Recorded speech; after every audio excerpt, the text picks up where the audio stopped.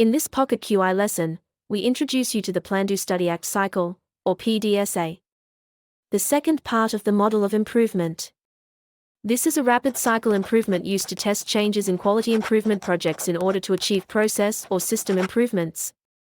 Once a team has identified testable change ideas, the next step is to test them. The Plan Do Study Act, or PDSA, cycle is a method for testing a change on a small scale in the local environment. Though planning it, trying it, observing the results, and acting on what is learned, you can build knowledge about the potential of a change to result in improvement in the real world. There are 4 steps in the PDSA cycle. Step 1. Plan. You plan changes aimed at improvement but matched to root causes. In this step, you develop a plan to test the change.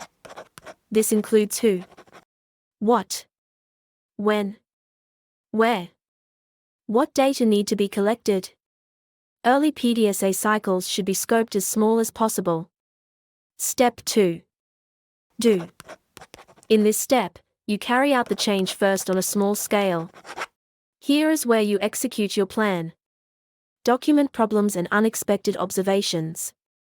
And begin analysis of the data collected. Step 3. Study. Here you examine the result of the change.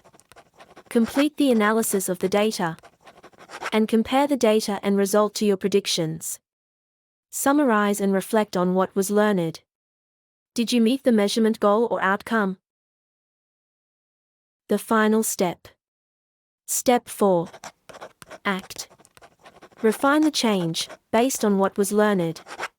So what can you conclude from this cycle? Did implementation work? What can you do differently in the next cycle?